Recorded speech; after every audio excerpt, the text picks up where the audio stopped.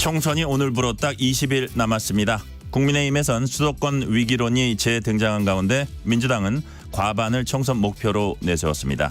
민주당의 총선 필승 전략은 무엇인지 선거를 진두지휘하고 계신 민주당 상임공동선대위원장 김부겸 전 총리와 얘기 나눠보겠습니다. 지금 전화 연결돼 있습니다. 총리님 안녕하세요. 네, 안녕하십니까. 예. 바쁜 시간 이렇게 쪼개주셔서 정말 감사드립니다. 아이고, 국민들께 이런 귀한 시간 주셔서 고맙습니다. 네네. 예.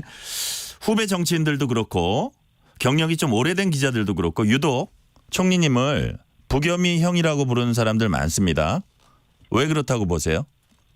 그래서 제가 좀 사람이 좀 맹하거든요. 그래서 뭐 특별히 서로 부딪히는 소리 잘 안 하고 그러니까 편해서 그럴 것 같습니다. 예, 편해서 좋아서 네. 뭐 형처럼 이렇게 이제 생각을 하는 분들 많을 것 같고요. 오늘 지원 유세 어디 가세요? 예, 지원 유세도 있지만 오늘은 저희들이 더불어민주연합과 더불어민주당이 오늘 광주 민주화 묘역을 참배하고요. 네네. 선거대책위원회는 오늘 공동으로 진행합니다. 오늘 저희들은 광주에 있습니다. 그렇군요. 어제는 전북 전주 찾으셨다고 들었습니다. 분위기 어땠습니까?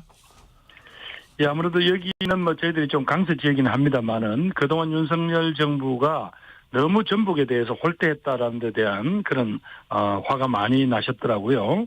그래서 특별히 정말 그 민주당도 그동안 좀 더 열심히 하지 그랬냐라는 또 질책성 목소리도 많이 들었습니다. 네. 근데 이제 조금씩 그럼에도 불구하고 입법부 권력까지 지금 여당이 가져가서는 곤란하지 않느냐. 그래서 좀 더 저희들 보고 잘하라. 오히려 그런 격려와 또 질책도 하셨습니다. 위원장님께서는 처음 상임 공동선대위원장 제안 받았을 때만 해도 민주당에서는 공천 갈등으로 다소 혼란스러운 상황이었어요. 그리고 이제 약간 그 입장도 표명하고 그러셨습니다. 그 아무래도 네. 어려운 시기에 제안 받았던 만큼 고민 컸을 것 같은데 어떤 부분이 가장 고민되셨는지 그리고 어떤 마음으로 수락을 하셨습니까? 예, 뭐 우선 제가 이제 공직을 떠나면서 일단 물러나겠다, 정치권에서 좀 물러나겠다라고 이야기한 또 제 말을 뒤집어야 되잖아요. 그 네. 부분도 어려웠고요. 그다음에 이제 모처럼 이제 가족 내에서 평화가 찾아왔는데 다시 정치권에 되돌아간다는 데 대해서 저희 아내와 또 가족들이 반대가 아주 심했습니다. 아, 그렇군요. 그랬는데 그래 당연히 오래된 이제 선배님들은 그래도 당인이라고 하면 당이 부르면 무조건 가서 일을 해야 한다라고 그렇게 또 뭐라고 지적을 해주셨어요. 그래서 이제 결심을 하게 됐고요. 또 무엇보다도 지금 그때만 해도 이러다가 다시 국민의힘이 의회까지 국회까지 일당을 갖는 거 아니냐. 그래도 그건 막아야지 자칫하면 대한민국 공동체가 지금 어디로 갈지 모른다라는 그런 절박감이 있었고요. 그래서 송구함을 무릅쓰고 돌아왔습니다. 예. 민주당 지지율이 오름세 보이고 있습니다. 민주당이 잘해서입니까? 국민의힘이 못해서입니까? 아직은 저희들이 잘했다기보다는 요즘 국민의힘이 여러 가지로 조금 파행을 보이고 또 윤석열 정부가 조금 최근에 국민들이 납득하기 어려운 그런 일들이 한두 가지 있었지 않습니까?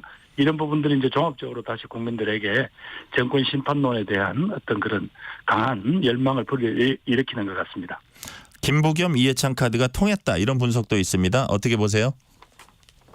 글쎄 이해찬 대표님이 워낙 노련하시니까 그렇고 저는 뭐 이제 쉬었다가 한 몇 년 만에 돌아왔는데 제가 뭐 그런 정도 영향을 미쳤다고 그건 아닌 것 같습니다. 일단 겸손하게 말씀해 주셨고요. 그런데 민주당에선 지지율이 이제 지금 최근에 이제 각종 여론조사 보면 오르고 있는 것으로 나타나는데요. 총선 목표치는 오히려 최근에 낮췄어요. 뭐냐면 기존에 153 플러스 알파라고 했다가 이재명 대표가 과반인 151석이 목표라고 이렇게 밝혔습니다. 이렇게 약간 차이가 나는 이유가 뭘까요? 차이가 난다기보다도 아마 저희들이 153석 플러스 알파라고 전략위원장이 말씀드렸을 때는 그건 아마 조금 우리 당원들이 조금 위축돼 있었어요. 네네. 그래서 좀 당원들이나 지지자들에게 조금 힘을 불러일으키려고 그런 것 같고요. 실질적으로 제가 와서 쭉 여론조사의 추이를 보니까 지금 이제 2, 3% 그러니까 표로 하면 한 1,000표, 2,000표 이내가 그게 한 2, 30군데 돼요. 선거구별로. 네. 이제 대진표가 짜여지니까. 근데 이걸 가지고 결과를 함부로 예측할 수가 없거든요. 그래서 저희들은 정말이지 지난 2년간 윤석열 정부가 가지고 있는 여러 가지 어떤 파행이나 독주 이거 막아내려면 의회 권력만큼은 민주당에게 한번 맡겨 주셔야 한다. 그러려면 한 석이라도 더 민주당에 더 많이 주시라라고 이렇게 말씀드릴 수밖에 없잖아요. 그래서 저희들이 목표치는 151석이라고 하지만 그러나 지금은 봐서 양쪽이 워낙 호각지세입니다. 그리고 아직 한 3주가 남았기 때문에 저희들이 함부로 앞서 있다 이렇게 말씀드릴 수는 없고요. 지금 정말 이제 출발선에 다시 섰다. 이렇게 말씀드리는 게 옳을 것 같습니다. 그러니까 좋은 흐름이라기보단 어쨌든 이제는 같이 출발선에 똑같이 섰다 이렇게. 해볼만해졌다. 예, 그리고 또 이것이 저희들이 잘했다기보다 상대편이 조금 국민들에게 국민들에게 실망을 끼쳐드린 그런 반사이익이니까 이거는 여기 안주할 수는 없다 그런 입장이죠. 그러시군요. 민주당이 총선 때까지 좋은 흐름을 가져가려면 어떤 부분 더 신경 써야 한다고 보세요? 물론은 저희들은 이제 심판을 내세웁니다. 왜냐하면 지난 2년 동안 윤석열 정부의 성적표가 정말 시원찮지 않느냐, 또 국민의 삶이 지금 무너져 내리고 있지 않느냐. 그래서 반드시 이걸 심판해야 된다는 게 원칙입니다. 그러나 민주당이 져야 될 민주당의 책임, 또 민주당과 함께 나갈 수 있는 대한민국 미래, 네. 이런 구체적인 어떤 그림을 제시하면서 후보자들 한 사람 한 사람은 정말 절박하고 정말 자세를 낮추는 겸손한 그런 모습이 필요할 것 같습니다. 과거에 보통 선거에 보면 이럴 때 왜 돌발 발언 한두 개 튀어나오면 바로 또 민심이 또 싸늘해지지 않습니까? 그런 어떤 절박감을 가지고 선거 끝까지 임하겠습니다. 네. 최근에 민주당에선 박용진 의원이 결국 경선 탈락했습니다. 제 주위에서 보면 참 박용진 의원 거취가 되게 관심인가 봐요. 사람들이 박용진 어떻게 되냐 물어보는 사람들이 제 주위에서도 많았는데 총리님께서는 오랜 정치 경력에 남들보다 어려운 길을 많이 가신 분이에요. 3전 4기 끝에 민주당 불모지 대구에서 62% 넘는 득표율로 국회의원 당선되신 분입니다. 그런 선배 정치인으로서 후배 박용진에게 지금 한 말씀 해주신다면 어떤 말씀 해주시고 싶으세요? 예, 여러 가지 이제 과정에서 우여곡절이 있었지만 이제 끝나고 박용진 의원이 아주 정말 어른스럽고 참 절제된 목소리를 내주었어요. 그래서 이제 박용진 의원이 이제 인간적으로 성숙할 뿐만 아니라 정치적으로 지금 성장하고 있다라는 걸 저는 확신을 할 수 있었거든요. 네. 또 이번 총선의 시대 정신이 무엇인가 잘 알기 때문에 그런 어떤 담담한 그 글을 올릴 수 있었으리라고 봅니다. 다시 박용진 의원한테 감사드리고요. 이제 후보가 되신 우리 조수진 후보는 더 바로 이 박용진 의원의 지지자들의 마음을 빨리 추스려서 총선 승리를 위해서 최선을 다해야 될 것입니다. 네. 고 노무현 전 대통령 비하 발언했던 양문석 후보 당에 별다른 조치 없이 그대로 가는 분위기입니다. 이게 이제 일종의 분석인데 친명 지키기 혹은 지지율 상승에 따른 자신감의 발로다 이런 지적도 나오는데 반면에 지금은 단일 대우로 나가야 될 시점이다 이런 목소리도 나오는 것 같습니다. 총리님 보시기엔 어떻게 보세요? 예, 선거를 지휘해야 될 입장에서는 분명히 그 후보가 문제가 있다고 해서 문제 지적을 했고 또 어제까지가 사실상 제가 조금 당의 조치를 지켜보자고 했는데 이제 오늘부터는 후보 등록입니다. 네네. 이제는 말하자면 모두 다 한 목소리를 내서 사실상 이제 총선의 승리를 위해서 매진해야 되거든요. 그래서 이제 또 자칫하면 이 건에 대해서 오래 걸면 다른 후보자들에게도 말하자면 영향을 미칠 수 있잖아요. 마이너스를. 네네. 그래서 이제 이 문제에 대해서는 일단 정리를 하고 이제 총선 승리라는 한 가지 목표로 매진하는 게 옳을 것 같습니다. 네네. 코인 논란으로 민주당 탈당한 김남국 무소속 의원이 민주당 비례정당인 더불어민주연합에 입당을 했습니다. 당에서 먼저 요청한 것으로 전해지고 있어요. 그게 맞습니까? 저도 알기로는 아마 그 지역구 의원 숫자가 일정 부분이 돼야만 아마 그 비례정당에 대한 여러 가지 이 기호 추첨이라든가 이런 문제에 영향을 받는가 봐요. 네네. 그런 어떤 당의 어려운 사정을 김남국 의원이 받아들였다고 그렇게 알고 있습니다. 네네. 근데 결국은 총선 후에 이제 민주당에 입당할 거다 이런 관측이 자연스럽게 나옵니다. 그래서 꼼수 복당이다 이런 비판을 받을 소지도 있는데 선거 치르는데 좀 부담되는 요소는 아닌가요? 어째 보면 왜 여기저기 문제를 따지자 보면 왜 그런 문제가 있을 수 있겠죠. 그러나 김남국 의원도 사실은 조금 어려운 결정을 해준 거거든요. 네네. 그러니까 그런 부분들은 조금 넘어가 주셨으면 좋겠습니다. 이제는 이제 국면 자체가 이제 바뀌었습니다. 예. 네. 자, 이재명 대표에게 최고의 일부 권한을 임했습니다. 당에선 총선 흐름이 시시각각 변하는 만큼 아주 재빠른 상황 대처가 필요하기 때문에 이런 조치도 이제 필요하다고 하는데요. 반면 당대표가 혼자 결정하는 게 너무 많아지는 거 아닌가 이런 비판도 나옵니다. 이 부분은 어떻게 보세요? 예, 과거의 선거를 저희들이 치르다 보면 분명히 정말 빨리빨리 결정해서 뭔가 조치를 해야 될 상황이 생기거든요. 네네. 그럴 때 또 각자 선거를 치르고 있는 최고위원회의를 소집하고 이러기는 어렵겠죠. 그런 점에서 아마 당대표한테 그런 권한을 위임한 것은 과거에도 상례였습니다. 아, 그렇군요. 있어 네네. 왔던 일이군요. 네네. 자, 위원장님께서는 임종석 전 청와대 비서실장에게 선대위원장직을 제안하셨다 이런 말씀을 하신 적이 있어요. 이제 네네. 선거 20일밖에 안 남고 말씀하신 대로 이제 후보 등록이 오늘 내일 이루어지는데 임 전 실장이 좀 약간 반응을 보입니까? 언제쯤 투입될 수 있을까요? 네, 처음부터 임 실장은 백의종군을 해서라도 어떻게든 당 후보들에게 도움이 되도록 하겠다고 처음부터 그렇게 입장을 밝혔고요.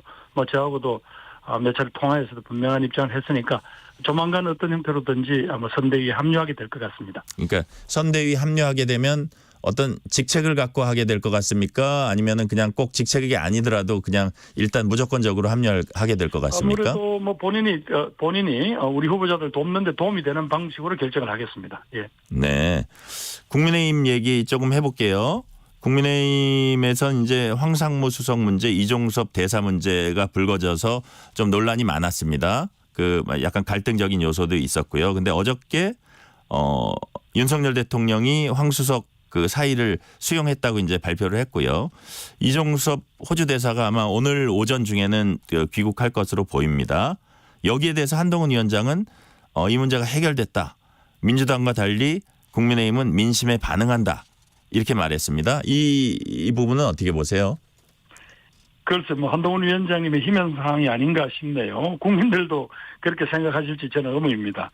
적어도 이런 조치들이 좀 더 적각 했었어도 사실은 일종의 원죄가 다시 씻어지지 않는 법인데 지금 민주당이 특검법까지 발의해 놓은 상태입니다. 네네. 그런 점에서 이 사건의 본질, 이 사태의 본질 자체는 해소되지 않았다. 그럼에도 불구하고 적어도 민심에 이 정도로 반응해 준 데 대해서는 대단하다 이렇게 생각합니다. 네네. 본질은 변하지 않았지만 민심에 반응한 거는 인정해 줄 수는 있다. 그렇게 이제 이해하면 되겠네요. 네. 한 위원장은 그러면서요. 국민의힘과 민주당의 차이점 3가지를 거론을 했습니다. 재건축 규제 완화 및 활성화에 대한 찬반, 경기도 서울 편입에 대한 찬반, 민심 반응하고 무시하고의 차이. 이 세 번째는 방금 얘기한 거하고 비슷한 얘기인데 이렇게 언급한 이 3가지에 대해서는 또 어떻게 생각하세요? 그래서 한 위원장께서 이제 정치권에 금방 오셨기 때문에 아마 전후 역사적 맥락을 잘 모르실 텐데요. 우선 재건축 규제 완화 활성화 대책에 관한 첫 내용은 저희 민주당이 20년 총선에서 이미 밝힌 거고요. 4년 전이요? 예, 4년 전에. 네네. 또 지금 2022년 지방선거에서도 민주당 공약으로 냈던 겁니다. 여기 관련된 법안을 제일 먼저 신도시 재정비나 이런 데 재건축에 관한 법을 먼저 낸 것은 우리 민주당의 김병욱 의원이 제일 먼저 발의했거든요. 네네. 그래서 이런 문제에 대해서 잘 아신 것 같고. 그 다음에 이제 수도권을 이렇게 확대하겠다. 경기도에 있는 지자체를 서울에다가 편입하겠다라는 건데 인구 위기라는 누구도 피해갈 수 있는 이 국가적 과제에 대해서 가장 큰 해결 방법은 수도권 과밀 완화 및 어떤 지방에 대한 활성화입니다. 그런 국가 존폐에 관한 사항을 이걸 말하자면 같이 고민하고 하시는 그런 최근에 정치인지 하는 거에 대해서 한번 여쭙고 싶고요. 자칫하다가는 이게 또 지역 대결을 부추기고 또 수도권에 대한 무한정한 말하자면 확장과 이런 부분에 대한 고민이 없는 게 아닌가 하고요. 민심을 반응하고 무시하고에 대해서는 글쎄 제가 함부로 드릴 말씀은 아니지만은 그래서 지금까지 저희들이 부족한 건 있다고 하더라도 국민의힘보다는 조금 저희들이 더 민심에 반응하려고 노력했다. 이것은 단언할 수 있습니다. 네. 그 다음 질문 드리기 전에 저 여론조사 관련 한 말씀 드리고 갈게요. 앞서 언급된 최근 여론조사 추이 관련해서는 쿠키뉴스 의뢰로 여론조사 전문기관 한길리서치가 지난 16일부터 18일까지 전국에 거주하는 만 18세 이상 1,008명을 대상으로 실시됐고 이번 설문조사는 구조화된 설문지를 이용한 유선 전화 면접과 무선 ARS를 병행해 진행됐고 자세한 내용은 중앙선거여론조사심의위원회 홈페이지를 참조하면 됩니다. 이게 TV 같으면 그냥 자막 하나면 되는데 이거 다 읽어야 됩니다. 양해해 주시기 바랍니다. 예. 자, 지금부터는 이제 조국혁신당과의 관계를 조금 이제 여쭤볼게요. 그 조국혁신당의 존재감이 커지는 분위기입니다. 조국 대표는 최근에 조국혁신당의 지지율 상승세에 대해서 윤 대통령이 너무 싫은데 민주당도 찍기 싫다는 유권자들이 많기 때문이다. 이런 취지의 발언을 했습니다. 이런 부분에 대해서 어떻게 보세요? 그래서 뭐 본인께서 말씀하신 걸 보니까 그런 이야기를 대구 시민들이 하시더라라고 그렇게 전한 거던데요. 네. 뭐 조국 혁신당의 조국 대표가 그렇게 이야기한 것 같지는 않습니다. 다만 지금 현재 저희들도 다녀보면 민주당에 대해서 그동안 조금 비판적인 목소리를 내신 분들, 네. 민주당에 대해서 마음을 닫고 계셨던 분들이 그런 얘기를 하시는 분들이 있습니다. 그러나 분명히 말씀드리고 싶은 것은 저희 민주당과 민주연합의 합의, 왜냐하면 민주당과 시민회의가 시민단체들이 지금 같이 말하자면 시민사회가 같이 만든 프로그램 저는 민주연합이거든요. 네네. 이 두 당의 합의 지금 정부 여당이 갖고 있는 국민의힘과 국민의 미래의 합보다는 한 석이라도 많아야 입법부 구성의 권한을 갖게 됩니다. 네. 의장을. 네네. 그런데 그 문제에서 이 조국혁신당은 아마 정치적인 목표, 적어도 윤석열 정부의 독주를 견제한다는 측면에서는 같다고 하더라도 그 조국혁신당의 그 의석수는 여기에 가담이 되지 않습니다. 네. 그래서 그 점은 분명히 우리 지지자들께서 분명히 아시고 판단해 주셨으면 좋겠습니다. 실제로 지금 말씀하신 대로요. 이재명 대표도 최근에 부쩍 민주당 그 비례위성 정당이죠. 여기에 이제 표를 달라 이거를 강조를 하고 계세요. 아군이 아니라 우군. 우군이 아니라 아군이죠. 이게 중요하다 하면서 이것 역시 그런 걸 좀 의식하고 인식했다 그렇게 봐도 되겠네요. 예, 그동안 이제 더불어민주연합의 말하자면 후보자 명단이 그동안 이제 발표가 늦었지 않습니까? 네네. 그러다 보니 거기 계시는 귀한 분들이 국민들에게 말하자면 선보이고 자기 목소리를 낼 시간이 부족했어요. 네네. 그래서 아마 이런 문제가 생긴 것 같은데 이제 조만간 이제 선거가 본격화되면서 이런 문제에 대한 오해도 풀릴 것이고요. 더불어민주당과 더불어민주연합이 한 파트너이구나 하는 것도 정확하게 아시게 될 것 같습니다. 네네. 최근에 이제 박지원 전 국정원장하고 조국 대표하고 같이 이제 유튜브에 출연을 해가지고 명예당원에 자기가 긍정적이다 이런 얘기를 했어요. 그래서 이제 정청래 최고위원도 그렇고 이재명 대표도 해당 행위로 볼 수 있는 심각한 발언이다. 이렇게 엄중 경고를 했습니다. 같은 의견이세요? 일단은 그 문제에 대해서는 박지원 후보가 바로 사과를 했다고 하네요. 네네, 맞습니다. 그러니까 이 문제는 그렇게 정리를 하는 게 좋을 것 같습니다. 네. 남은 기간 그 선거 승패에 가를 관건 뭐라고 보세요? 결국은 국민들께서는 하나만 보지는 않는 것 같습니다. 저희들 주장에는 심판론에도 동의를 하시지만 또 민주당이 부족했던 것도 지적하시거든요. 그러니까 이번 선거는 분명히 견제하고 심판하겠다. 그러나 민주당이 앞으로 이 공동체를 질 책임이라든가 우리 아이들이나 청년들의 미래에 대한 어떤 비전, 어떤 그런 대안을 분명히 제시하라고 요구하고 계십니다. 그런 것들을 저희들이 그동안 준비했던 것을 차근차근 국민들한테 내놓고 제 민주당에 대한 지지를 호소해 나가겠습니다. 네네. 마지막으로 하나 드릴게요. 이번 총선의 시대 정신 이것이다. 무엇입니까? 결국은 견제와 심판, 결국은 또 책임 그리고 네. 대안이고요. 그런 점에서 우리 후보자들이 마지막 시간까지 정말로 겸손하고 진지한 자세로 호소하고 또 그런 진지한 모습을 보여야 될 것 같습니다. 특히 말을 조심해야 됩니다. 단 한마디 잘못된 어떤 극단적인 그런 표현 때문에 선거 국면 전체가 격랑으로 빠져들 수가 있거든요. 네네. 어떤 분들을 만나서라도 항상 흥분하지 말고 바로 그런 진지하고 겸손한 자세를 취해줄 것을 우리 후보자들에게 요청드립니다. 네, 오늘은 여기까지 듣겠습니다. 김부겸 민주당 상임공동선대위원장이었습니다. 위원장님 감사합니다. 네, 감사합니다.